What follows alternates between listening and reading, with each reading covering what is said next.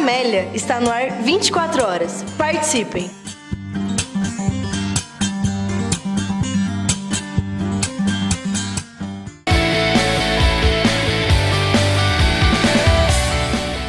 O Márcio vai trabalhar conosco um pouco a partir dos dois textos do Benjamin, né? São textos curtos, não sei se deu para todo mundo ler.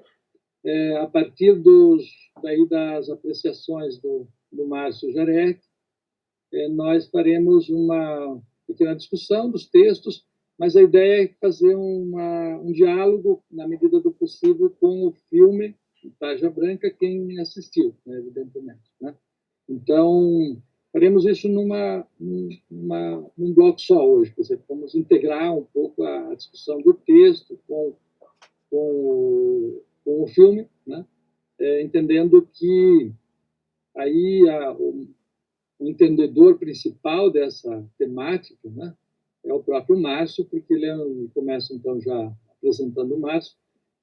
Depois você completa aí tua formação, até porque os novos aí, você já vem participando há muito tempo, ou há um bom tempo, e de alguma maneira já fez intervenções aqui, várias, né, bem importantes, como será também a de hoje. O Márcio, começar de cima para baixo, o Márcio faz pós-doc aqui na nossa instituição, né? Ele está fechando o pós-doc agora, início do ano, formado em filosofia, né? Doutor em filosofia, também mestre em filosofia, enfim, tem sua formação bem marcada aí no campo da filosofia, e tem estudado muito Benjamin, né? Walter Benjamin, em especial na temática da infância, né? Da criança, da infância. Enfim. E por isso que o texto de hoje, né? Os dois pequenos textos atravessam essa discussão também, e o próprio filme Tarja Branca, em especial, né? Que traz toda a temática dessa... Eu acho bem interessante a gente ter, eu acho que a gente acertou, viu, Márcio, ter trazido essa sessão para o final, praticamente fechando o ano, né? Porque enclausurados, né, como estamos, é verdade, presos como estamos, evidentemente a nossa criança interior, né, a criança do presente, que a gente traz junto, né, no processo que às vezes a gente apaga, por vezes reprime, a distancia, etc. É bem importante esse debate porque ele vai também fazer com que a gente pense um pouco mais, melhor, né? Com mais cuidado, né? Essa ideia de se olhar também, né? E aí hoje nós temos dois psicólogos aqui no grupo que podem ajudar a refletir isso aí. Ótimo. Que é o próprio Henrique e o Cadu, que acaba de chegar. Mas bem à vontade, tá, Cadu? Você não tem nenhuma obrigatoriedade, mas quer dizer que no diálogo digamos, do campo, né, importante campo que pensa a partir desse lugar, né, do ser humano, né, das condições subjetivas e objetivas da existência humana, não é? Então, evidentemente, é importante fazer esse diálogo. Então, o Márcio participa também do G-Feeling. G-Feeling, para o Cadu entender, e Henrique, os que estão chegando, aliás, desculpa, o Liene também. O G-Feeling é um grupo, né, de filosofia e infância, né, que Márcio, junto com Raquel e Gisele justificaram a ausência hoje, em razão do excesso aí de atividades, mas o G-Feeling já tem uma trajetória de 2 anos, né, de reflexões acumuladas, já produziram, inclusive, uma das revistas do Unicef, né, tem uma temática da filosofia e infância, então, com uma produção bastante importante, do ponto de vista não só do local, vamos dizer, da universidade no Unicef, mas bastante abrangente, do ponto de vista da participação de muita gente de fora, né? Então, Gisele, também bem-vinda. O Márcio vai fazer, então, a fala inicial e depois a gente vai conversando. Daí, se Gisele puder também complementar aqui e ali, seria importante para depois a gente abrir para o debate. Então, obrigado, Geraldo. Obrigado pela apresentação. Obrigado pelo convite. Boa tarde aí a todos, né, os colegas aí, né. Então, por onde começar? Acho só complementando um pouquinho algumas informações, né, lá no nosso grupo de estudo. A intenção do seminário, né, Geraldo, no início, falando com o Alessandro, do Alessandro está ali, estou vendo, a intenção é que a programação do seminário desse conta um pouco dos diferentes grupos, né. Inicialmente foi pensado assim, né, que os filmes e textos dessem conta um pouco do que estava acontecendo nos diferentes grupos de estudo dentro do NESEF, né, que aparecesse um pouco o trabalho de cada grupo de estudos aí, né. Então, o encontro de hoje, encerrando aí o seminário, os seminários, né, é um pouco disso, né, para mostrar um pouco do que a gente estudou, fez ou faz, ou pretende continuar fazendo no grupo de estudo sobre filosofia e infância, né, o GFILIM, o GFILIM, né. Lá no grupo de estudos, a intenção acho que ela é sempre dupla, né.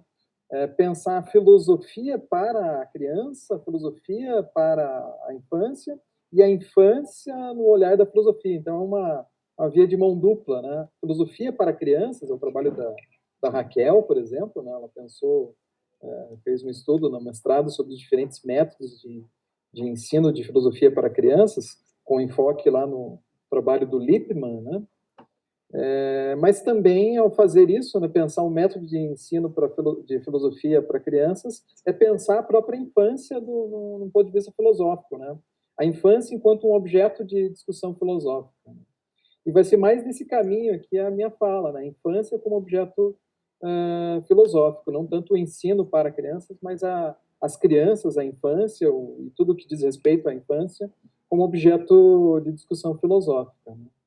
Então, e no nosso grupo, a intenção é sempre a mais aberta possível, diferentes referências, diferentes autores, diferentes correntes filosóficas, educacionais, pedagógicas, para discutir o tema da infância. Eu tenho um acento maior pela minha formação, né, em usar o filósofo alemão Walter Benjamin, né, mas há outras fontes. A Gisele trouxe boas referências, importantes referências, né, do pensamento latino-americano. A gente ia iniciar uma coisa mais elaborada esse ano, infelizmente a pandemia impediu, né, Gisele? A Raquel traz elementos das artes, do teatro e da formação pedagógica que ela tem, né? Quem participa do grupo também traz elementos da psicologia, na psicologia da infância, sociologia da infância. Então, a intenção nossa era ter um tipo de abordagem mais aberta possível. Claro, com um acento, como eu tive mais presente, né, um acento da minha formação se valendo aí do filósofo alemão Walter Benjamin. É um pouco disso que eu vou falar para vocês hoje, né, até pelas referências que foram indicadas, né. Mas fique à vontade, por gentileza, Gisele, se quiser complementar com outros elementos. Os nossos papos lá eram sempre muito interessantes, a gente vai vendo conexões, né, entre diferentes autores e diferentes tradições, como que eles tiveram quase que uma percepção comum estando distante, né? Eu lembro de conexões de Paulo Freire e Walter Benjamin, né? Pensadores da América Latina com o pensamento do Benjamin, isso era muito interessante, né? Então, fique à vontade por intervir aí, colocar suas observações, Gisele. E os demais também, né, que acharem interessante. Então, vamos falar um pouco, começando a falar um pouquinho sobre o Benjamin, para quem não conhece. Não vou entrar nos mínimos detalhes, mas só falando um pouquinho sobre o jeitão do Benjamin fazer filosofia, né, para quem não conhece. O Benjamin, ele é um pensador radicalmente assistemático. Né? Isso que é o grande barato dele também torna as coisas bem mais difíceis para nós. Né? Ele não é um sujeito que tem um sistema filosófico pronto e acabado, com áreas específicas, e mesmo suas obras não são obras que têm lá aquela estrutura tradicional que a gente costuma ver nos trabalhos acadêmicos, né? De começo, meio e fim, na introdução, desenvolvimento e conclusão. As obras dele sempre flertam aí com uma característica mais literária, artística, um estilo que tenta brincar aí com um jeito de se fazer filosofia, né? E ele era também, foi considerado durante muito tempo um dos grandes críticos de arte, críticos literários da Alemanha, do início do século XX. Então, ele produziu muito material de crítica literária, né? Resenhas, crônicas, ensaios, né?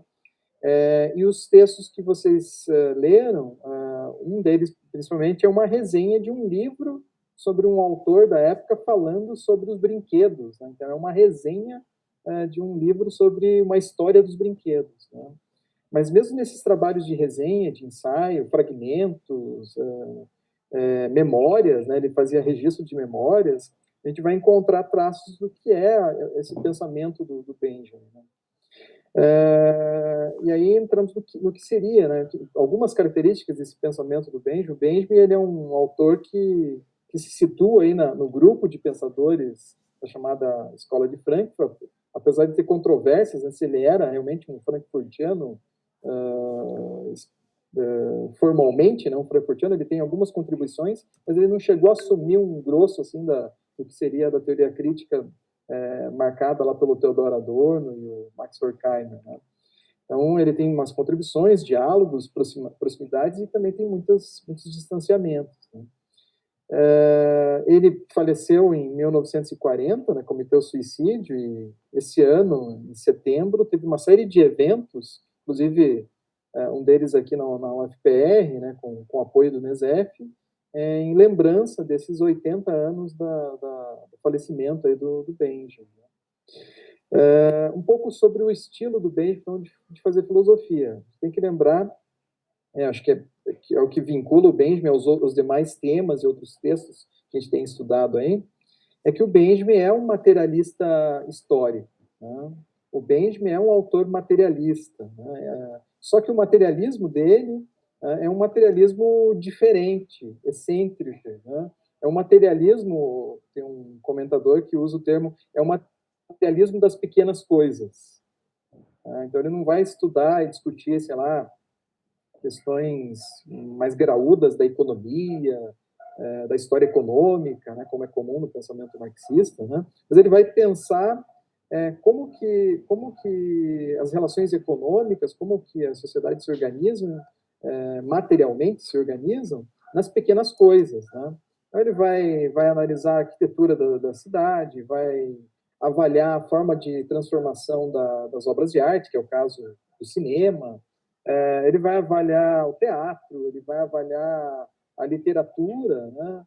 Ele está avaliando, vamos dizer assim, as pequenas coisas, como que essas pequenas coisas se inserem nesse contexto de uma história materialista.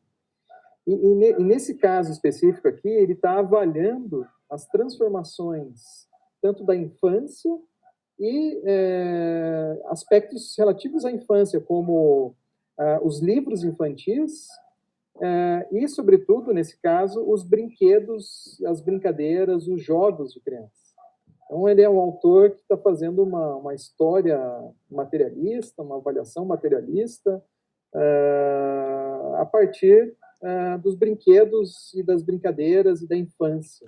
Então, é isso que a gente vai encontrar no Benjamin, né? Então, essa avaliação materialista histórica a partir das pequenas coisas. Ele mesmo vai colocar, né, que ele se propõe a fazer uma história dos detritos da história, né, daquilo que é muitas vezes esquecido, não é abordado, é algo que é apenas ruína, traço, resto, né? Então é ele que vai tentar avaliar as relações sociais, econômicas, políticas, éticas a partir desses fragmentos, desses restos, desses detritos, né? Então, é um aspecto importante aí. Em relação à infância, e não somente à infância, o Benjamin também trata, que não foi o foco dos textos que eu indiquei, que são muitos assuntos, então eu tentei reduzir, deixar uma coisa mais objetiva para esse último encontro nosso, né? Uma das estratégias do Benjamin de avaliar esse processo material, as transformações históricas da materialidade, é a avaliação da condição de memória, né? Seja se valendo da própria memória, da memória pessoal, né? Como ele vai escrever um livro só sobre memórias de infância, né? Que é um livro chamado Rua de Mão Única.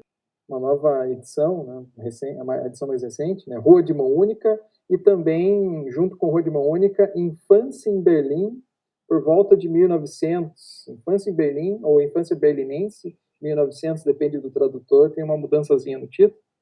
Mas essa é uma estratégia dele pensar a infância a partir da infância, da memória da infância dele mesmo, né? Então, como era a vida na cidade, a relação dele com a cidade, com as pessoas, com os trabalhadores, com a arte, com a escola, quando ele era criança. E não é só uma lembrança nostálgica, nossa, que legal, como que era a minha infância, mas sim um trabalho de memória voltado para perceber as transformações materiais da cidade. Então, esse trabalho da memória é extremamente importante no Benjamin, né, do resgate da memória pessoal, mas que essa memória pessoal está conectada com uma memória que também é coletiva. E aí uma coisa fabulosa do Benjamin, né, por que lembrar da nossa infância? E aí dois propósitos desse lembrar da infância para o cuidado com a infância atual, a infância presente, né, o zelo que eu tenho que ter em relação à infância presente, a compreensão histórico-material da infância presente, e também esse resgate, esse trabalho de memória da infância, da minha infância, que se conecta com a memória coletiva, é também a lembrança de uma série de potencialidades que não se realizaram, que se perderam, ou que foram proibidas, censuradas, contidas, tanto da vida pessoal, individual, quanto aquilo que seria da vida coletiva, da vida da comunidade, aquilo que não se realiza. Né? Então, esse trabalho de memória é fundamental para o Benjamin, não é uma memória nostálgica, melancólica, triste, mas é um trabalho de memória ativo. É semelhante ao que se faz com o pessoal do movimento negro, por exemplo, né? De você reestabelecer a memória principalmente de monumentos, espaços, lugares, para que se lembre da necessidade da luta para que, no final das coisas, não volte a acontecer, ou lembre de uma luta que é permanente, né, para que coisas que estão acontecendo agora sejam evitadas. Né? Então, como lá no Rio de Janeiro, nosso amigo Cadu, aí, né, que recentemente, no período da Copa do Mundo, acho que foi, se descobriu lá as ruínas do Cais de Valongo, né, que foi o maior porto de entreposto, né, de comércio de escravos da história mundial. Né? E estava esquecido, estava sobre outras obras. Então, o trabalho de memória ajudou a estabelecer um monumento importante para a cidade que relembra a todos de uma luta uma energia do passado que não se realizou, da abolição, de justiça em relação aos escravizados, né? Aquele monumento, aquele trabalho de memória está lembrando a todos. Então, isso que acontece na história de uma cidade, de um país, o Benjamin está falando em relação à nossa história pessoal, que se conecta, claro, com a história coletiva. Então, o falar da infância tem essa dupla função, né? O cuidado com a infância presente, mas também a observação dessas energias, ele usa esse termo, né? Energias que não foram realizadas. Energias, muitas vezes, são energias revolucionárias, né, que podem transformar drasticamente a maneira como nós nos relacionamos com o presente. Né? Então, esse é o grande propósito do Benjamin nesses textos sobre a infância, sobre o brinquedo, sobre os jogos, tentar lembrar a todos de algo que não foi realizado em nossa vida pessoal, e como nossa vida pessoal não está desconectada da vida coletiva, não foi realizado na vida coletiva. Eu escrevi um texto para o ano passado, né, em outubro, para o Sísifo, falando sobre o Dia das Crianças, né? A gente tem esse exercício de memória, muitas vezes, no período do Dia das Crianças, na data do Dia das Crianças, mas é um exercício da memória que é um exercício, o Benjamin vai colocar, de apatia, né? Um exercício melancólico. Você, no Facebook, por aí, começa a aparecer em outubro, né, as imagens de criança, né? Ou como eu era quando eu era criança, troca o perfil por uma imagem de criança, né? E sempre fica aquela sensação melancólica, triste até, de, nossa, eu era mais feliz quando eu era criança, eu sonhava tal coisa quando eu era criança.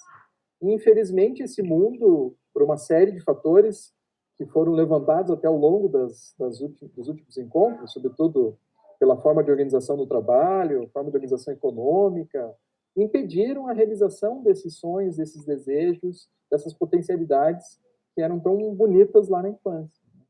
Então, aí o Dia das Crianças fica parecendo um pouco com o Dia de Finados, né? É como se a gente estivesse lembrando a criança em nós que morreu, né? A finada criança que eu deixei lá no passado e que ela não aparece mais. Para o Benjamin, ele está... Aí nós temos que pensar também, né? Tem outros autores que vão explorar isso, de como reativar essas energias, de como repensar, tornar essa... Assim como o Kaiser Valongo agora fica reverberando uma lembrança de um passado terrível, de extermínio de pessoas numa cidade, né? Que tipo de trabalho de memória que a gente pode fazer na vida pessoal e coletiva para que essa energia da infância volte a reverberar e transformar relações, né? Então, esse o grande barato aí do Benjamin. Então, características mais gerais do Benjamin.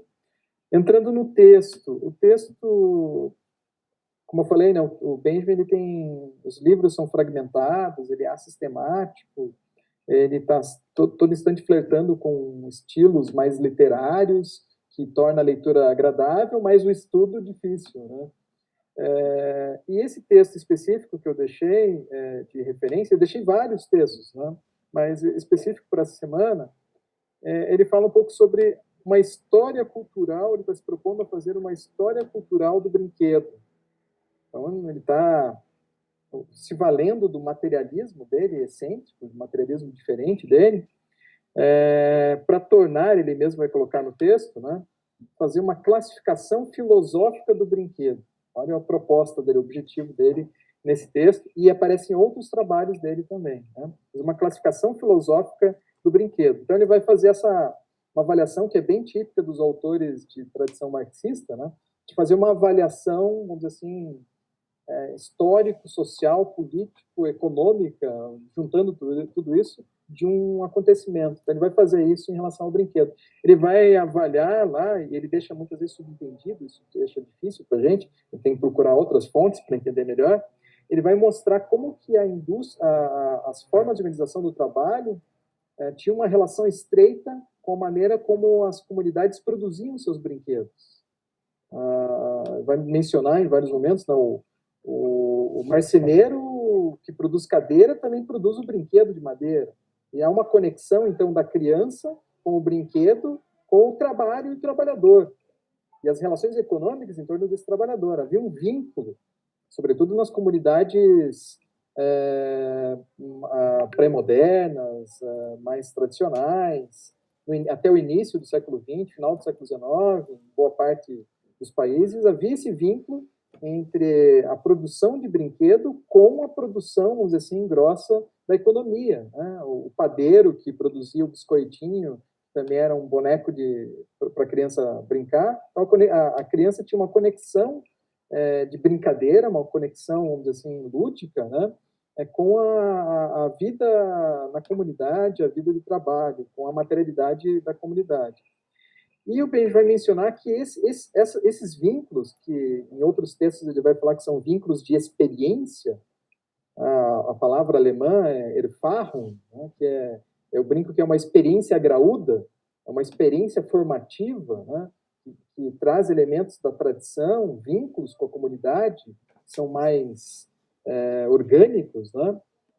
O Ben vai perceber que a forma de mudança no sistema produtivo também interferiu na maneira como se produzem os brinquedos e como as crianças se vinculam aos brinquedos e ao mundo do trabalho, né? Então, começa a surgir a produção capitalista, a produção em massa de brinquedos que vai tesourando, então, cortando, podando esses vínculos de experiência, né? E aí vai acontecer o que ele chama de uma emancipação do brinquedo. O brinquedo passa a ser alguma coisa destacada daquela comunidade, daquela experiência, daquele conjunto de trabalhadores, daquela vida mesma da criança, e passa a ser um produto capitalista, que é o que a gente vive hoje, infinitamente domina, né, a produção de brinquedos, é o brinquedo enquanto uma mercadoria capitalista, né? E o brinquedo, enquanto mercadoria capitalista, ele passa a ser uma maneira de... o adulto cria um significado para daquele brinquedo, pensando na maneira de direcionar a brincadeira da criança. Então, isso é comum nas franquias aí de brinquedos, né? Eu comprar brinquedo para o meu afilhado, eu não sabia que tinha franquias de brinquedo, né? Tem lá o Hot Wheels, tem lá Peppa, tem lá o Luna, esqueci os personagens. Então, você tem um desenho animado, você tem os livrinhos, tem o brinquedo, tem a roupa, tem a musiquinha. Então, você tem uma franquia toda de um único brinquedo, né? E isso foi preparado por um aparato técnico muito sofisticado, e esse aparato técnico sofisticado tenta impor isso ao mundo da criança, né? A criança tem que brincar dessa maneira como o adulto estabeleceu para ela. E o Benjamin vai falar que, então, há uma antinomia entre esse brinquedo e o brincar da criança. E a criança, ela subverte essa imposição do mundo adulto, sobretudo do mundo adulto capitalista, né? Ela subverte essa relação brincando com qualquer coisa, criando relações lúdicas com qualquer coisa, com qualquer objeto, né? E para o Benjamin, isso que é potente, né, numa criança, né? Que ela acaba fazendo de qualquer detrito, de qualquer destroço, de qualquer pedacinho de coisa, fazendo sua brincadeira. Aí tem uma palavrinha-chave da estética, da filosofia, né? Que é a mimesis, né, a imitação.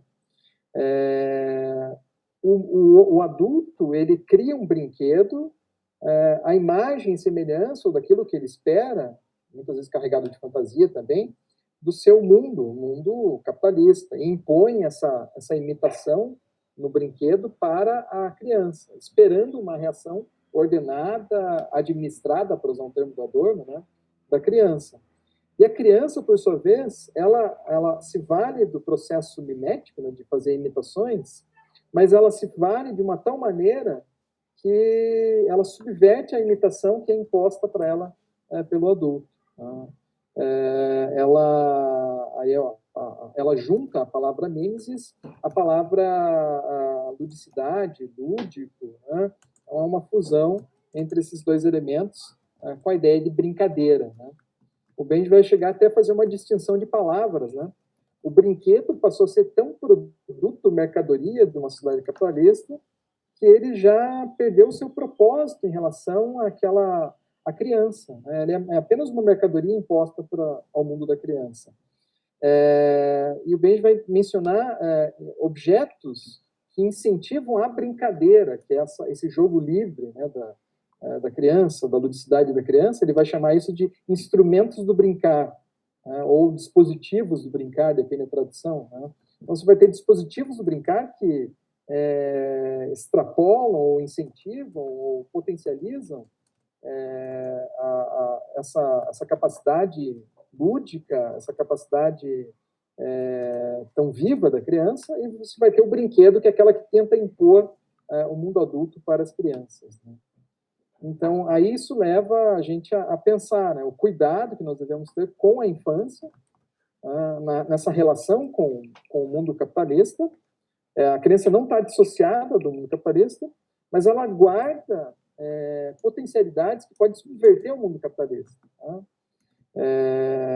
E é isso que talvez possa ser, de alguma maneira, o Benjamin não deixa claro, né? Ele não é um sujeito idealista, utópico, ele apenas aponta, tem uma energia interessante aí, teria que ver uma maneira de potencializar ela para algum fim de transformação social, transformação política interessante. Então, o trabalho da memória, a relação que a criança tem com o brincar e o brinquedo, né? E a potência que disso pode resultar. O Benjamin, ele era um materialista diferentão, né? Ele leu Freud também para dar sustentar melhor essas reflexões dele sobre a criança. Sobretudo um livro que ganhou uma tradução nova, comemorativa, acho que Além do Princípio do Prazer, Ele deu essa obra ela aparece como citação quando ele vai falar da memória, do brincar da criança.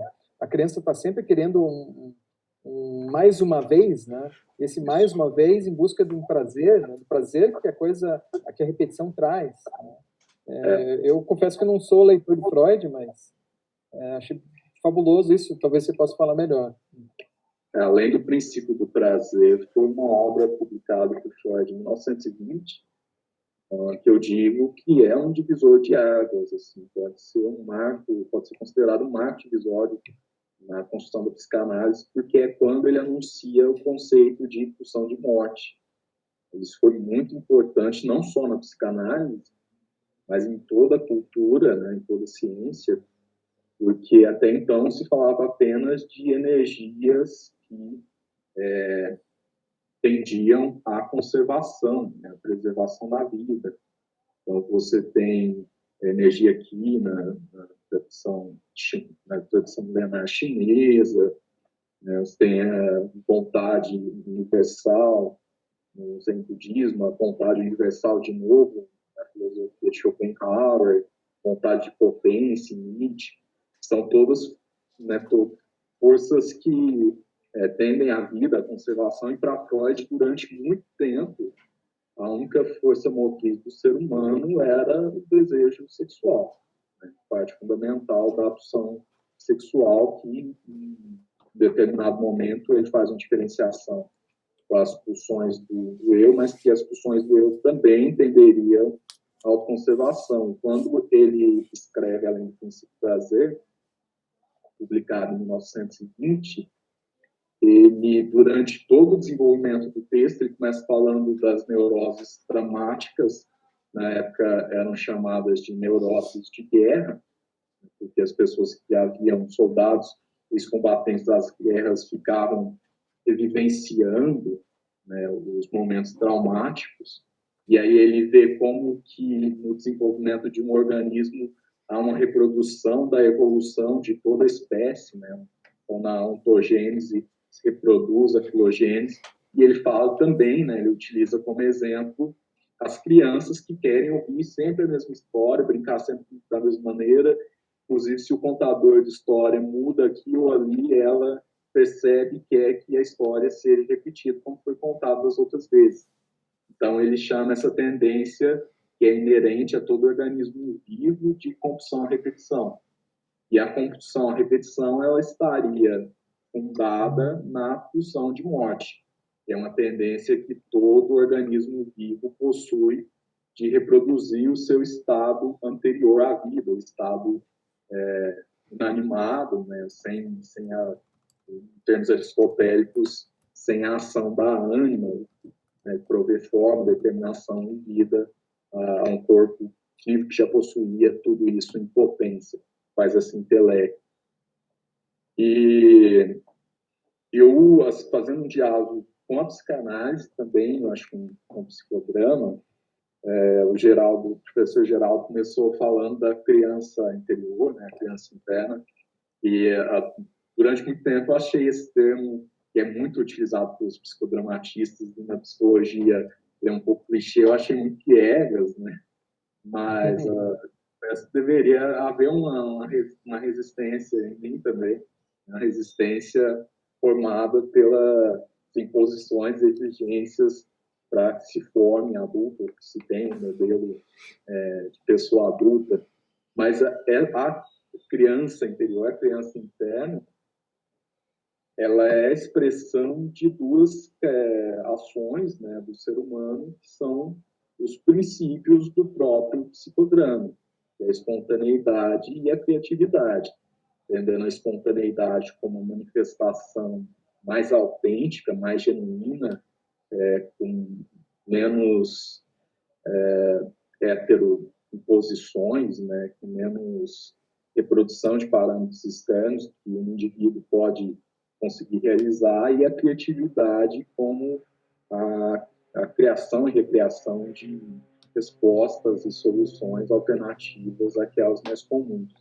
E quando se soma essas duas coisas, tem o que o Jacob Levi Moreno, que foi o fundador do Psicodão, médico, insistiu durante toda a sua vida, toda a sua obra, que é ensinar as pessoas a brincar de Deus. Fazendo um resgate da criança, você ensina a brincar de Deus, porque na tradição cristã, principalmente na filosofia e teologia agostinianas, Deus criou o homem sem qualquer, criou o homem, todo o universo, sem qualquer imposição e necessidade. Então, foi uma criação puramente espontânea. Quando a criança brinca e ela consegue criar através da brincadeira, ela está também repetindo o ato de Deus. E aí consegue fugir no diálogo também com a teoria do Benjamin, consegue fugir das tendências de reproduções técnicas. Então, o Moreno fala de uma conserva cultural, a qual todos nós bebemos e ficamos tendentes a reproduzir o que está nessa conserva cultural, imitando sempre os mesmos modelos, adotando os mesmos gostos, os mesmos hábitos, repetindo os mesmos padrões. E essa conserva cultural cria, na linguagem psicanalítica, a gente chama de resistências psíquicas. Então, tudo que foge dela é reprimido, é distanciado, e a gente não assume isso, às vezes, nem como uma possibilidade consciente. Às vezes é mesmo recalcado e inconsciente. Então, a gente tem uma infância posta sob a ação do recalcamento, da repressão. E, com isso, você tem a reprodução dos modelos, né, dos estilos de vida, dos padrões de vida adulta que vão se impondo. E a ferramenta terapêutica aí seria o resgate dessa criança, porque nisso, além de brincar de Deus, as pessoas conseguiriam manifestar aquilo nelas que é mais autêntico, que é mais espontâneo. Então, eu vejo que eu sempre defendo isso numa proposta de transdisciplinaridade, um pensamento complexo.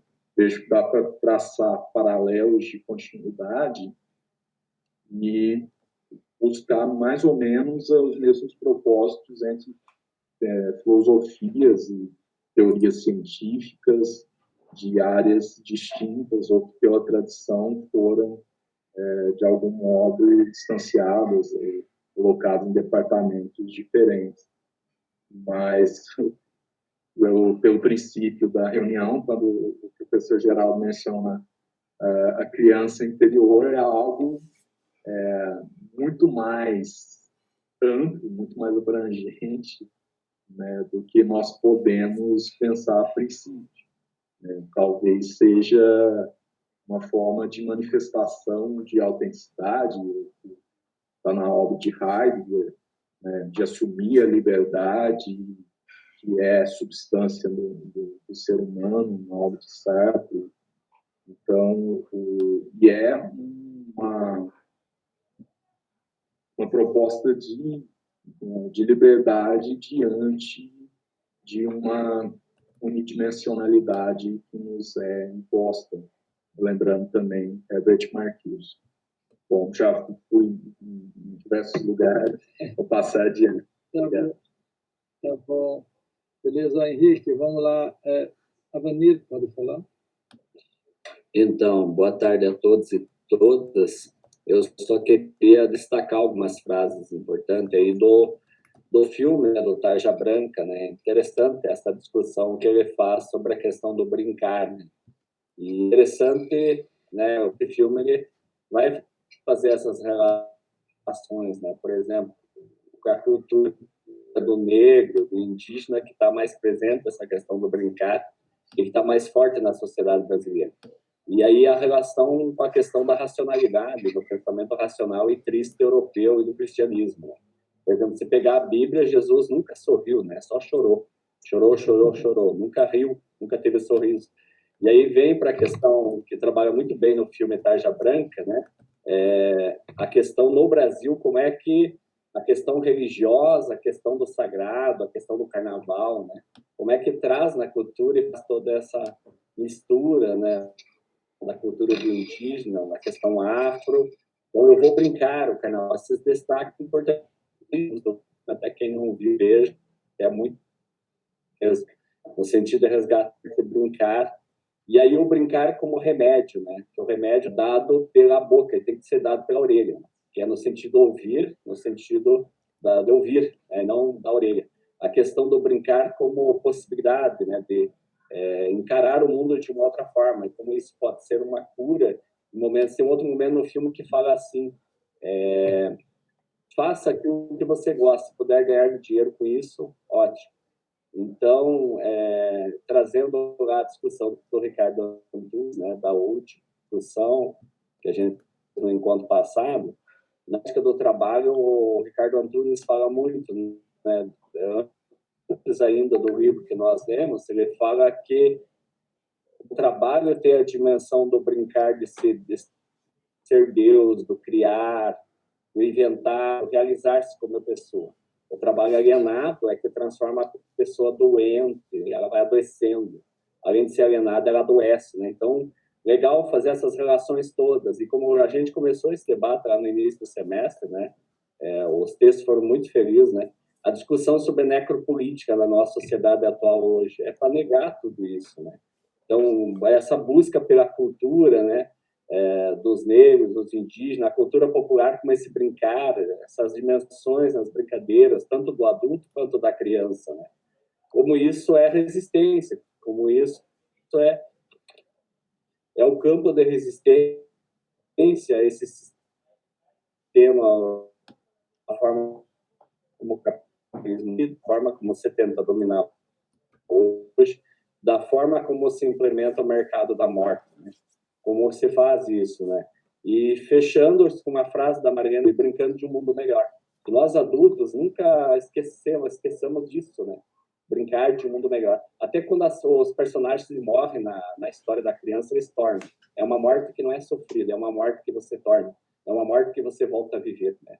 Então, o brincar, toda essa dimensão, os adultos não têm que manter esse espírito das crianças, né? Uma das passagens da Mariana Chauí também. Seria isso de comentário. E parabéns pela análise, tanto do Márcio quanto do Henrique aí, e do professor Geraldo pelas sugestões dos textos. Wesley, contigo. Parabéns, Márcio, pela apresentação. Muito legal. Então, eu acho que é interessante, né, toda a obra do Benjamin, pela correlação que ele faz com a análise da própria história, né? Então, o conceito de história no Benjamin me remete à minha infância também, quando a gente cuidava lá dos animais, né? Então você via o cara raspando, pegando aquela raspadeira a contrapelo e limpando o pelo do animal, né? Então o Benjamin disse que é preciso enxergar a história a contrapelo, né? É ir enxergar o que está por detrás da história, dos discursos oficiais, das estereotipias, né? Então quando ele também traz e vai conceituando, vai amadurecendo o conceito de infância a partir da própria infância, a gente vê como a ressignificação da própria subjetividade o ajuda no processo de individuação, né? Então, essa relação materialista que se dá no cotidiano, em Benjamin, ela é muito rica, né? Então, todos os escritos dele, né, quando ele fala da infância, vai nos contos, conto a conto, rememorando, né? É interessante como ele é uma criança grande, né?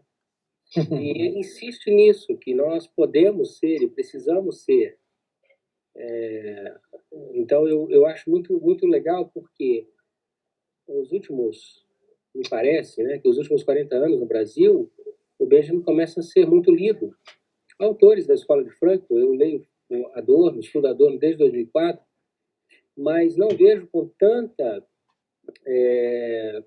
facilidade, né, estudiosos de Adorno, mas o Benjamin tem sido um estudo recorrente em muitas universidades.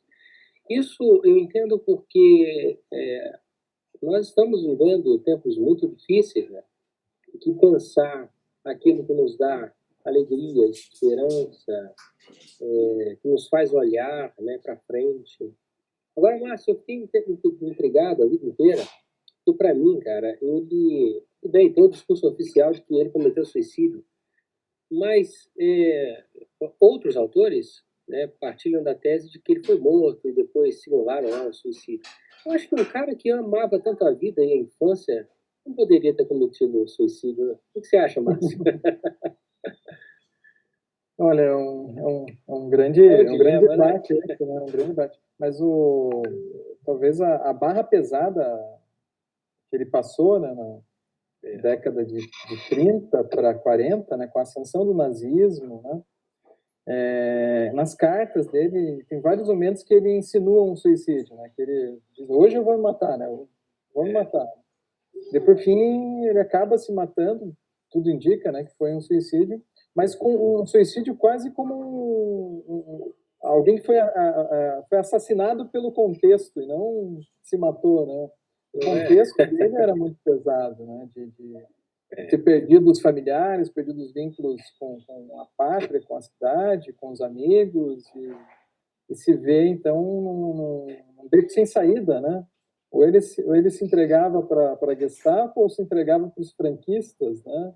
Então, se vê encurralado e, é claro, já tinha problemas de saúde, sofria, tinha sido preso, né, num campo de concentração francês, né, quando a França declara guerra para a Alemanha, ele chegou a ser preso por algumas boas semanas, né? Então, tudo isso fragilizou o psicológico dele, a saúde física dele, e acabou levando ele ao suicídio. O que há é uma série de teorias, né? Tem um documentário bastante interessante que é Quem Matou Walter Benjamin, né?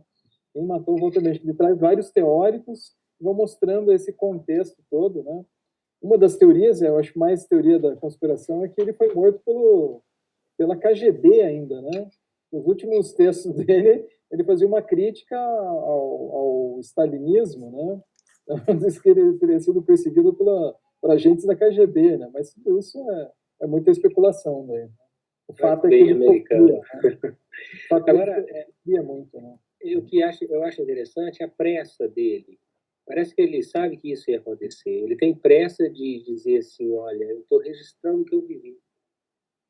E, às vezes, eu fico pensando que nós estamos na universidade insistindo, né, nesse registro como manifestação do nosso eu no mundo, né, a nossa expressão de vida, dar relevância à importância dessa vida, dessa infância não dita, né?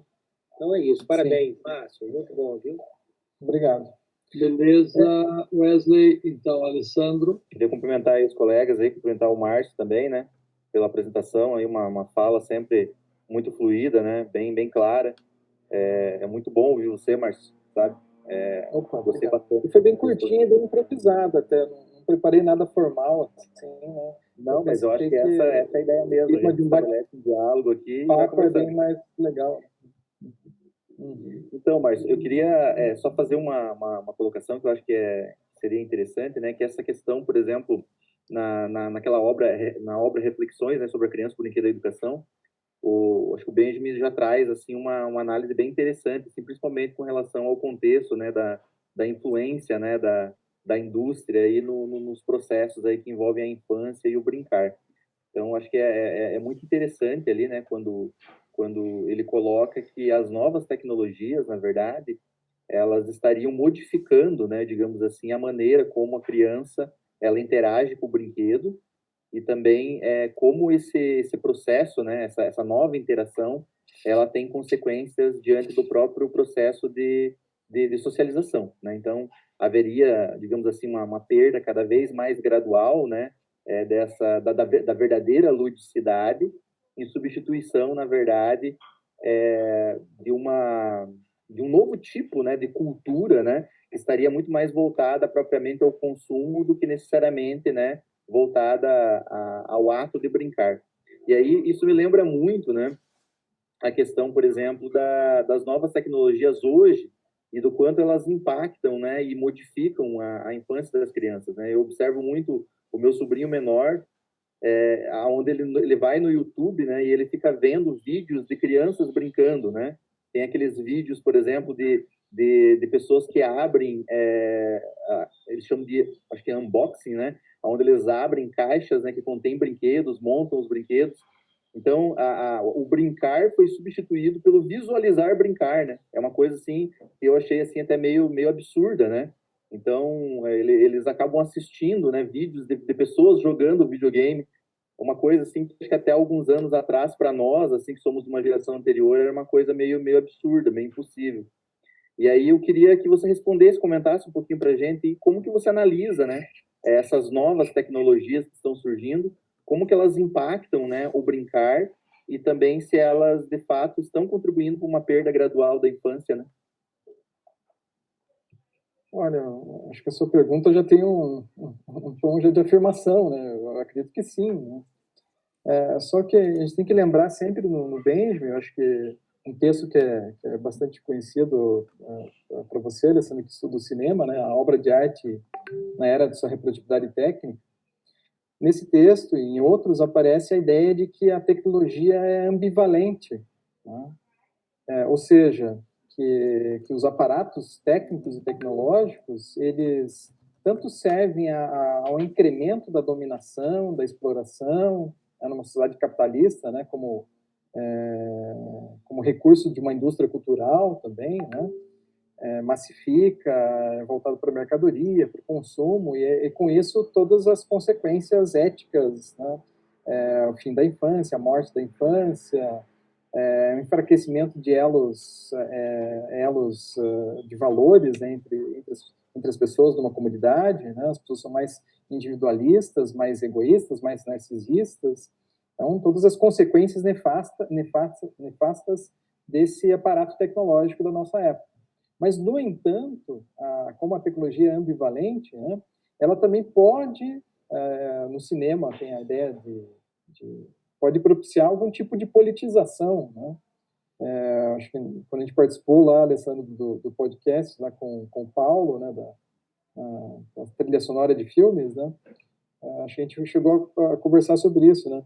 Vejo como que a gente chegou a uma compreensão filosófica, ou chegou à filosofia, muitas vezes foram por filmes do grande cinema, né? Da indústria cinematográfica, né? E essa indústria cinematográfica se vale dos recursos tecnológicos mais avançados que existem, né? Então, há uma ambivalência em relação à tecnologia, né? Só que essa ambivalência, e aí, em relação mesmo ao brinquedo, né? Eu não sei como que a gente pode potencializar essa dimensão, vamos dizer assim, politizadora da tecnologia, emancipadora da tecnologia, libertadora da tecnologia, né? Diante de cada vez mais a gente está sendo engolido, trucidado, né, por essa outra faceta que é a faceta de dominação, né.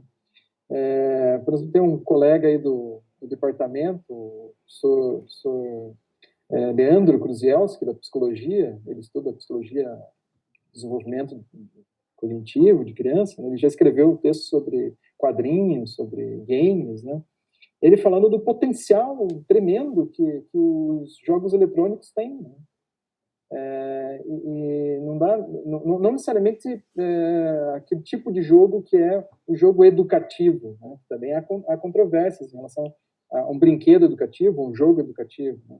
Mas sim um tipo de configuração ou de arranjo, né, para usar o termo lá do Finber, né, um desenho, né, tecnológico que favoreça algum tipo de politização, de emancipação, de esclarecimento, de questionamento, ou de mera fruição livre, né, que é o que o Benjamin fala sobre os brinquedos artesanais, sobre o brincar, né, os instrumentos do brincar, que o Benjamin menciona antes do processo industrial, né.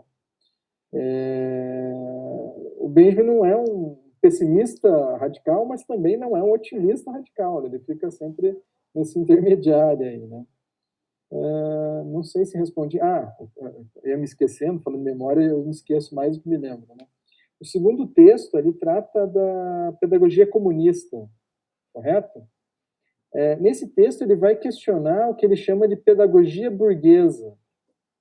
A pedagogia burguesa é aquela que, segundo ele, né, deixar bem claro, e a pedagogia burguesa da época dele, ainda dos anos 20, 30, né, é a pedagogia que pensa a formação educacional da criança sem esses elementos de amarras, né, de compreensão de que a criança está situada num contexto histórico material, num contexto de classe, e pensa, então, estratégias de ensino, e aí pensa-se o brinquedo educativo, ou o jogo educativo, com uma função moral, né, moralizante, ensinar para a criança o mundo burguês, ensinar os valores do mundo burguês via a brincadeira direcionada, o brinquedo direcionado, aí o jogo eletrônico direcionado, né? E o Benjamin vai mencionar os livros, né, os livros infantis, os livros didáticos, que tentam, a partir de suas histórias, impor uma moral, que é a moral burguesa, já para a criança desde pequenininha. E aí isso me preocupa muito, né? As ambivalências, né, da indústria cultural, né? A quantidade enorme de filmes de super-herói que a gente tem, né? Que tipo de relação essas histórias estão tendo com as crianças, com o mundo das crianças, com as vivências que as crianças têm, né? Se elogiou muito lá o Pantera Negra, né? E trazer a temática afro, a questão afro, os atores negros, né? Será que dá para perceber essa ambivalência ou não, né, no filme? Ela traz elementos interessantes de politização, de engajamento, de resistência, de luta, ou é apenas mais um produto com uma nova roupagem, uma nova mercadoria? Então são essas ambivalências sutis, muitas vezes, difíceis de detectar, né, que a gente encontra em quase tudo que é produzido na atualidade, né? A gente tem um potencial enorme tecnológico, emancipatório, mas também tem esse massacre, essa coisa que engole a todos, essa máquina de morte, acho que o Albanir mencionou, né, da necropolítica, né, engole a todos, né? E a pedagogia, muito das nossas teorias pedagógicas, aí são vários os teóricos, né, são pedagogias que são, no termo do Benjamin, né, são apáticas, né, apáticas no sentido de fechar com os vencedores da história e não de tentar mostrar outras perspectivas históricas, de escovar a educação a contrapelo. Acho que a professora Anitta já usou essa expressão, né? O Benjamin usa a expressão escovar a história a contrapelo, a professora Anitta usa a ideia de uma educação a contrapelo, né? Quando ela fala do Benjamin, né? Então, acho que eu falei demais e até me perdi um pouco aqui. Antes só de passar a palavra, a Gisele mencionou ali um documentário, eu esqueci de falar, até anotei aqui para falar, esqueci de falar no começo. A Gisele mencionou um documentário A Criança é a Alma do Negócio. E eu ia falar sobre quase que uma ficha aqui do documentário Tarja Branca. A direção do Tarja Branca é de um sujeito chamado Cacau Roden. E ele também dirigiu um documentário sobre as crianças, os adolescentes no ensino médio e a exclusão, né, educacional, um documentário chamado Nunca Me Sonharam. E quem escreveu o roteiro, os argumentos do documentário Tarja Branca foi a também diretora Stella Renner. E ela que fez esse documentário que a Gisele mencionou e colocou o link ali também no chat, né? Criança, Alma do Negócio. Ela fez outros documentários também bem interessantes, né? Muito além do peso, sobre a alimentação das crianças. O Começo da Vida, falando sobre a primeira infância. Territórios do Brincar, que é sobre as brincadeiras vinculadas às culturas populares em diferentes lugares. E ela se aventurou também no roteiro de um filme de animação para crianças, de um gatinho chamado Lino, né? Então, ela tem como foco principal o tema da infância, das crianças em vários aspectos. Então, vale a pena conferir outros trabalhos dela, aí, né? Da Stella Renner e também do diretor Cacau Roden. Há um vínculo aí. Desculpe, falei demais. Eu não sei quem está na... Gisele. Isso, a Gisele agora sim. Então, primeiro, parabenizar todos aí pelas falas e comentários. O Márcio, pela exposição. Me lembro da primeira fala lá no GFI, um pouco sobre esse panorama. E vendo o filme Tarja Branca e depois revendo o livro, lembro que a gente estudou esse livro também no próprio grupo no NESEP, há alguns anos atrás, e retomando ele agora, a partir também do filme lá, algumas provocações assim são bem interessantes, né? Porque uma das questões é da história da criança e da infância, do Arendt lá, quando ele discute a ideia da criança ser vista como um mini adulto, né? E até a provocação que o Alessandro trouxe me lembra um pouco essa ideia, né? De você ver os tutoriais para aprender a se comportar no mundo do negócio, né? E essa é uma provocação que está no Tarja Branca, da ideia do ócio, que antes era destinado justamente para a elite, para a aristocracia romana, grega. Então, o ócio era algo nobre, né?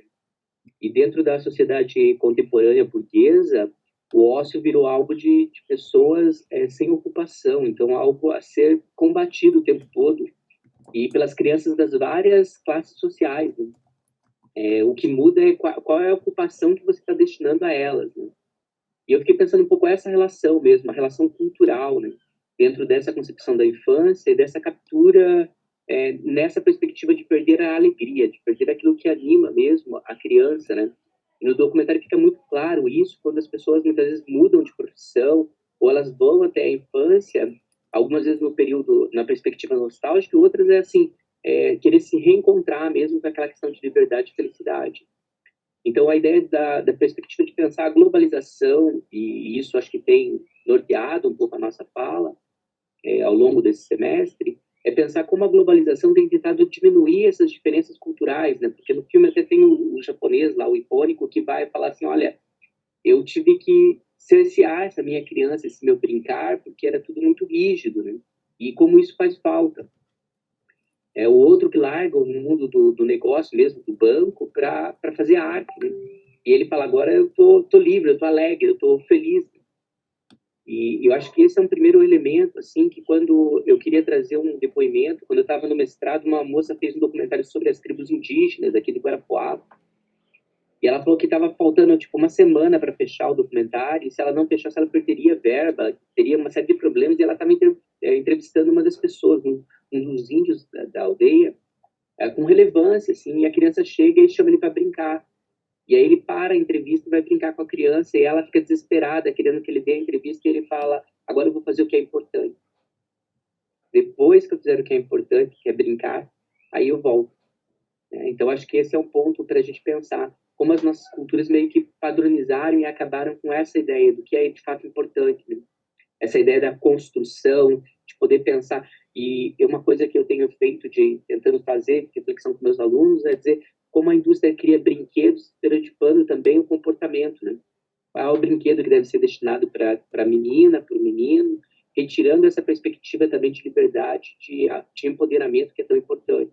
Então, uma ideia de padronização cultural, assim, acho que se pudesse comentar isso, porque daí o Benjamin vai falar da questão da emancipação do brinquedo, né?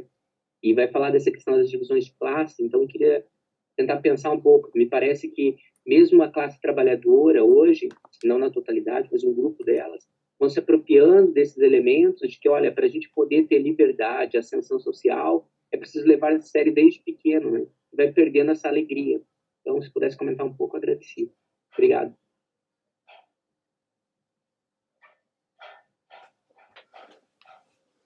Oi, Edson. Obrigado pela observação, pergunta, né?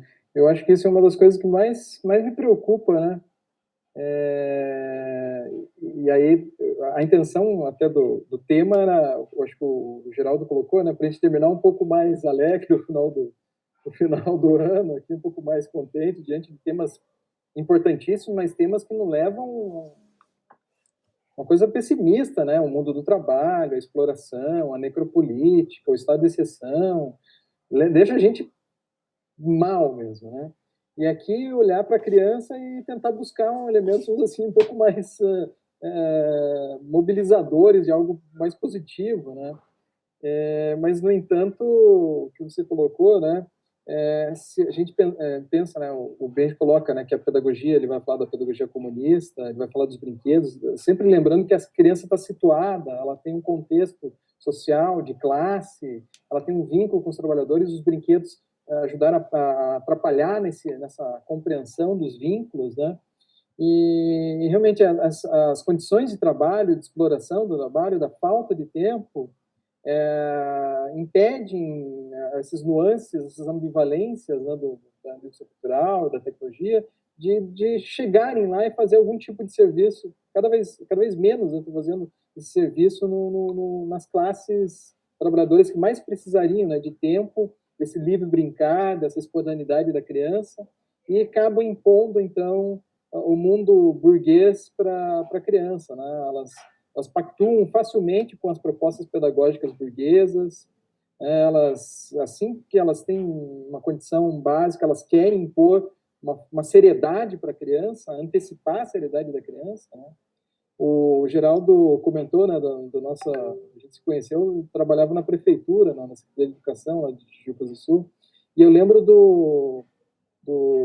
da pressão das mães, né, sobre a alfabetização das crianças, quando mudou o ensino, né, passou a ser um ensino fundamental de 9 anos, né, antecipou ali o que seria o último nível da pré-escola, ali passou a ser o primeiro ano. E as mães não compreendiam que ainda era uma fase de infância importante, de outros estímulos que surgiriam com a brincadeira, com o livre brincar, e não com a alfabetização, né? Elas foram reclamar na Câmara dos Vereadores, do prefeito, minha criança fica só brincando, ela não está aprendendo a ler e escrever, né? Olha só, eu tinha que responder aos vereadores, responder a comunidade, né? Porque elas não compreendiam a importância desse brincar nessa fase, né? Então, isso deixa a gente bastante pessimista, porque esse episódio faz quase 20 anos, né? E de lá para cá as coisas se acentuaram, né? Se acentuaram. O fundamentalismo religioso, né, impõe uma visão puritanismo, acho que a Vanir mencionou, né, da religiosidade, né? De que esse brincar, a criança não pode ficar brincando, não pode dançar, não pode pintar, não pode construir coisas com sucata, não pode, sei lá, tanta potencialidade que teria ali nessa fase, elas não podem, são impedidas pela religião, impedidas pela economia, impedidas por demandas, né? Imagens, aqui é outra coisa interessante, né, do Benjamin, né? Se imagina uma condição futura para a criança. Em nome desse futuro, eu vou penhorar que é o presente, né, a infância da criança. E para o Benjamin, o movimento é para trás e não para frente, né? O processo revolucionário para ele está em olhar a imagem que se perdeu, que ficou lá no passado, né? Ele chama isso de uma imagem utópica, né? Veja a minha infância, ela tinha um potencial enorme. Então eu tenho que, e talvez isso sirva para startar um processo de mudança no agora, era do passado, né? Olhando o povo escravizado do passado que me mobiliza a luta no presente, não a imagem de uma sociedade perfeita no futuro. Então, é bem interessante isso, mas confesso, a gente fica cada vez mais pessimista, porque cada vez mais essa infância está sendo cooptada, invadida, colonizada. Ele escreveu um texto bem interessante chamado Pedagogia Colonial, né? A colonização começa na infância, né? Em habitar a infância, em dominar a infância, um texto que ele usa, né? Ele compara, né, o império europeu que domina um povo considerado primitivo, né, considerando ele primitivo. O mesmo é feito por várias tradições pedagógicas, e isso está no senso comum de vários pais e várias mães, né, de que a criança tem que ser colonizada como alguém primitivo, bárbaro, né, tem que ser dominado, né. E, ao meu ver, até isso está o germe da ideia que leva os pais a decidirem por ter uma educação militar, né? Cívico-militar num colégio. Né? A ideia é que tem que ter disciplina, tem que ter ordem, o tempo tem que ser administrado, tem que ser sério. Olha só a ideia de sério, tem que ser sério. Não pode ter espaço para brincadeira, não pode ter dança, não pode ter corpo. Nossa, o corpo, então, é o grande tabu, né? Falou em corpo, a discussão sobre educação sexual, né, orientação sexual, ela não pode passar na escola, né, em nome dessa moral cristã, burguesa, com esse espírito individualista, meritocrático, a ideia de uma meritocracia absurda, né, que é imposta à infância já, cada vez mais avançando, né, na infância. Né. A minha criança tem que aprender inglês, ela tem que aprender xadrez, tem que aprender robótica, mas brincar ela não pode. Né? E quando ela vai brincar, o brinquedo tem que ser aquele brinquedo pensado por uma pedagoga burguesa, um brinquedo educativo, ou então o brinquedo que é o brinquedo da franquia da indústria cultural. Obrigada, Márcio. Sempre muito bom te ouvir, bom ouvir os colegas também. Vou conversar contigo, José. Pois é, esse ano foi difícil para mim, acho que para todos nós, né? A gente acabou nem conseguindo, não consegui participar de uma forma mais efetiva lá na nossa cidade. É compreensível, né? Mas, assim, é muito bom te ouvir sempre, e uma coisa que eu fico impressionada, como sou uma estudiosa do Benjamin, sou uma curiosa, mas ouvindo sempre você, e quando eu visito os textos do Benjamin, eu encontro coisas que é muito comum a Paulo Freire, e é curioso porque o Benjamin não é um autor que o Paulo Freire cita, né? Então, não sei se ele teve contato, mas ele nunca citou, né, o Benjamin, pelo menos eu nunca encontrei nenhum escrito dele em que ele cite o Benjamin. Mas ele cita o Fromm, por exemplo, que é um cara desse grupo aí, né, desse grande grupo aí.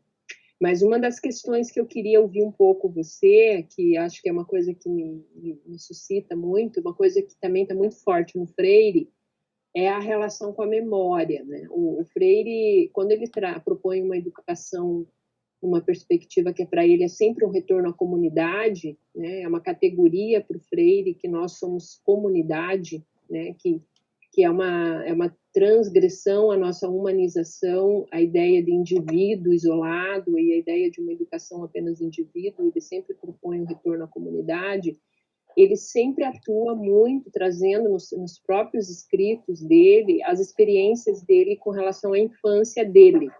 Ele é muito presente, há uma coisa muito presente no Paulo Freire, que é uma coisa da meninice. E a meninice é uma coisa curiosa, porque é uma categoria que não é tanto teorizada pelo Freire, mas que está na pessoa dele, né? Uma leveza, ao mesmo tempo que uma seriedade, né? Uma ironia e, ao mesmo tempo, uma criticidade, essa coisa da invenção, da curiosidade epistemológica, é algo muito da meninice. Ele usa essa palavra, da minha meninice, ele carrega essa meninice com ele, ele fala da infância dele, em alguns livros ele recupera, né? Como no A Sombra dessa Mangueira.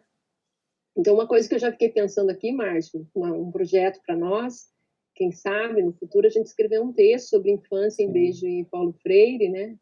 Mas eu queria te ouvir um pouco, meu querido, sobre esse conceito de memória, se você pudesse me ajudar a dizer onde que eu localizo melhor isso no Benjamin, porque é uma categoria que eu tenho gostado de cavucar, né? Essa dimensão dessa categoria na memória, que na filosofia parece que é bem marginal. E eu só queria fechar, já que você falou da questão da decolonialidade, né? Isso é outro aspecto também para quem tem curiosidade nessa área. Uma coisa que tem me chamado a atenção, né? Que os estudos sobre descolonização, decolonialidade, eles chamam muito a atenção para a dimensão colonial que incide sobre o corpo, a ideia das teorias de raça, a questão da racialização, do sexismo institucional, né? Que é toda a lógica colonial, ela se dá sobre o corpo das mulheres indígenas, o corpo das mulheres negras, a questão da racialização, né, do povo negro. Já estou concluindo. E eu nunca vi nesses escritos a questão da infância.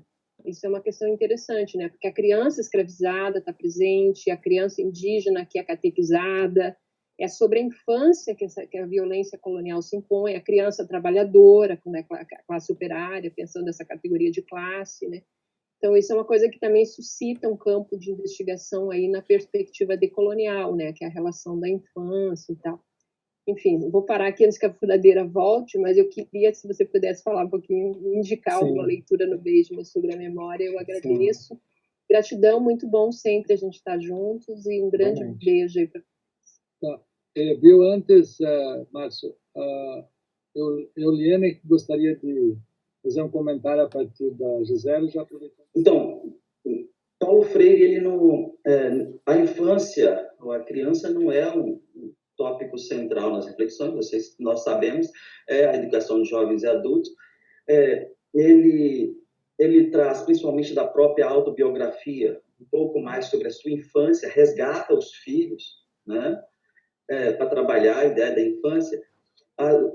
Em alguns momentos trabalha essa questão cronológica, mas o que me interessa, e aí eu gostei quando e aí você reforçou o Márcio, quando trabalhou, resgatou aí, trouxe a ideia da infância subvertendo a proposta pedagógica, a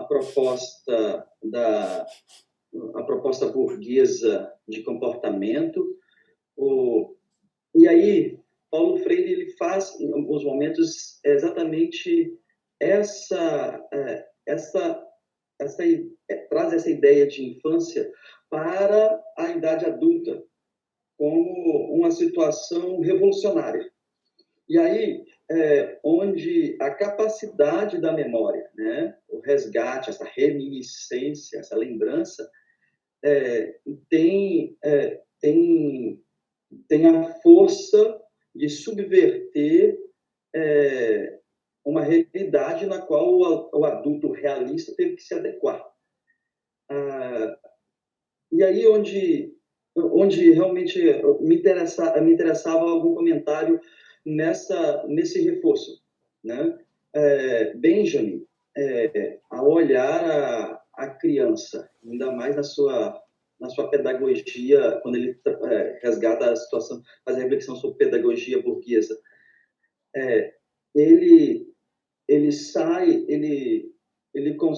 consegue sair desse momento, dessa análise cronológica, a chegar no mundo adulto, como resgate dessa força, dessa criança citada, essa criança interior. Em Paulo Freire seria, então, essa infância na adultice, né? Como uma forma de subversão, de não aceitar o que está aí. Como é que você vê? Então, pegando esse comentário, esse gancho aí com a Gisele, como é que... É isso. Ok. Perguntas difíceis, né, de como responder assim em pouco tempo, né? Talvez algumas indicações de resposta eu possa construir aqui, né? Só antes um comentário de tom de humor aqui, né, tirando sarro, né? O Benjamin fala em energias, né, que estão lá na infância e que elas vão sendo administradas, censuradas, proibidas, controladas, né? Mas elas, toda vez que você faz esse exercício de memória, de voltar à infância, algo dessa energia pode ser liberado, né? E daí, como a indústria cultural, o aparato da indústria cultural é muito sagaz, né?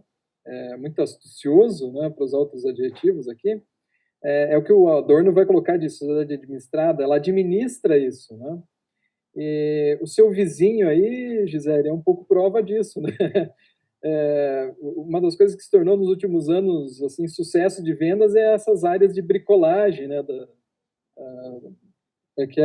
Leroy Merlin, Ballarote, né,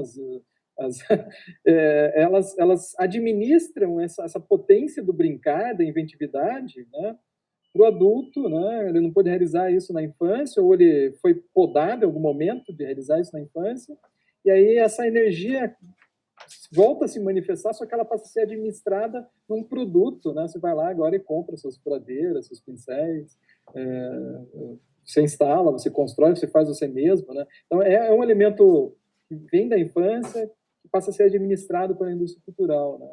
Daí a gente fica pensando se a gente administrar isso de um outro jeito, né? Aí é um processo revolucionário, né? De tentar, se eu posso brincar com furadeiras, com pincéis, talvez eu possa brincar com o jeito que a gente faz a escola, eu possa brincar com o jeito que a gente faz a política, talvez eu possa brincar com o jeito que a gente faz a família, com o jeito que a gente organiza as relações de trabalho, né?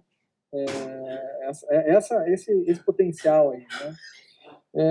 Agora, sobre a questão da memória, né? O Benjamin é um filósofo que pode ser dito assim como um filósofo da memória também, né? É algo que eu estou explorando ainda no Benjamin, e a minha maior dificuldade hoje no Benjamin é a linguística, né? A dificuldade linguística. Porque o Benjamin usava, pelo menos aqui, 4 termos em alemão para se referir à memória. E esses 4 termos em alemão foram traduzidos das mais variadas formas no português. Então virou uma salada, virou uma confusão. Mas, basicamente, ele trata de uma memória, vamos dizer assim, graúda, né? Que é uma memória é uma memória que vincula a gente à cultura, ou aquilo que a Gisele falou, da comunidade, que vincula a gente à comunidade, às tradições. É uma memória graúda, essa memória graúda com a sociedade capitalista, ela passou a entrar em declínio, em crise, passou a ser ofuscada, passou a ser reduzida, né? A gente vai perdendo o acesso a essa memória graúda das comunidades, da tradição, a memória coletiva, né? A gente vai perdendo esses vínculos e por uma série de imposições econômicas, a forma de organização do trabalho, né? A gente vai perdendo essa relação com essa memória graúda, né? E nos resta só, alguns traduzem por reminiscência, né? Mas não sei se é o mais adequado, é um tipo de memória individual apenas, que é uma memória, aí eu esqueci o nome, os psicólogos aí, não, Henrique, quem mais era o psicólogo, talvez possam comentar, né? Que é uma memória carregada de ressentimento, uma memória que é individual, de uma sensação de perda, né? Que é de nostalgia, de eu não poder mais, de eu não... essa lembrança de algo que se perdeu e não volta mais, a infância se perdeu e não volta mais, né? Então, a memória graúda, essa memória individual, e ele fala ainda de um outro exercício de memória, que é o do forçar a memória a se lembrar das coisas, que é um exercício terapêutico também, né? Que é individual e também é coletivo, que é o caso que eu mencionei lá do Cais do Valongo, do Rio de Janeiro, né? De fazer inscrições de memória a todo instante. Um trabalho da memória que é direcionado para lembrar coisas que foram esquecidas, foram censuradas, coibidas, tanto na história individual, e como a história individual nunca está separada, né? Se liga também à história coletiva, a história da minha comunidade, a história da minha família, a história da minha cidade, né? E é muito legal a gente ver a arte fazendo isso, né? Aí a ambivalência da pergunta lá do Alessandro, né, sobre tecnologia e a indústria cultural, a ambivalência disso, né? Eu assisti recentemente o documentário do Emicida, né? Um documentário show do Emicida, né, do rapper lá Emicida. E nesse documentário, a todo instante, ele está vinculando a canção presente dele, do presente, num trabalho de memória, né, que vincula a família dele, a mãe dele, principalmente é muito forte, né, a presença da mãe, isso é bem psicanalítico, né? A mãe é muito forte, a presença, né? Mas também os demais artistas do samba, a luta dos negros. O documentário é muito legal porque faz esse trabalho de memória.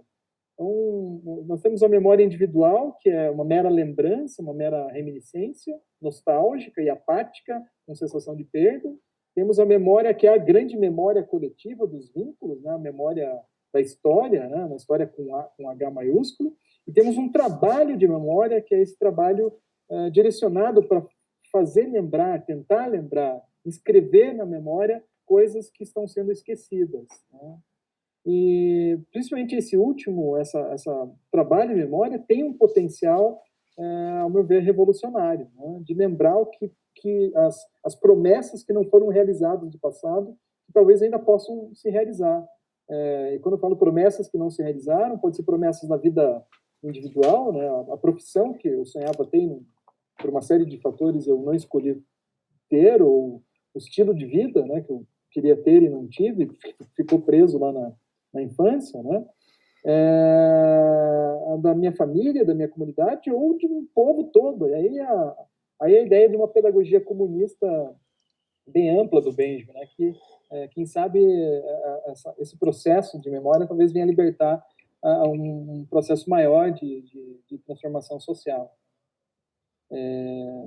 É isso, eu acho que é isso. Foram só indicações sobre a questão da memória, foram só indicações sobre o tema do brinquedo. Ele escreveu livros sobre livros infantis, ele colecionava livros infantis também, o Benjamin. Ele teve um programa de rádio voltado para crianças, o Paulo, né, com esse propósito, né, ele contava histórias para as crianças, mas as histórias eram histórias, quase todas histórias reais, fatos, que levava a um trabalho de memória interessante e de politização, de conscientização sobre vários assuntos. uma história fabulosa que é sobre a caça às bruxas, né, que a gente trabalhou no nosso grupo, né, que está em sintonia com as autoras feministas mais recentes, e o Benji faz isso numa história para crianças, né, lembrar de onde vem a perseguição às bruxas, o que é uma bruxa. Então, esse processo de memória é bem interessante nas brincadeiras, nos livros infantis, no processo educacional, né, que pode ocorrer. Então, foram só indicações. Tem várias outras, fique à vontade de me procurar se alguém se interessar e quiser mais dicas aí. Sobre esse tema, a fala que eu fiz no congresso aí da UFPR, com apoio até do Unesef, ele está disponível no YouTube também, se alguém quiser. Eu falei sobre esse tema com mais detalhamento e mais tempo lá, se quiserem conferir, se tiverem curiosidade aí, né? E tô aí. Agradeço mais uma vez o convite.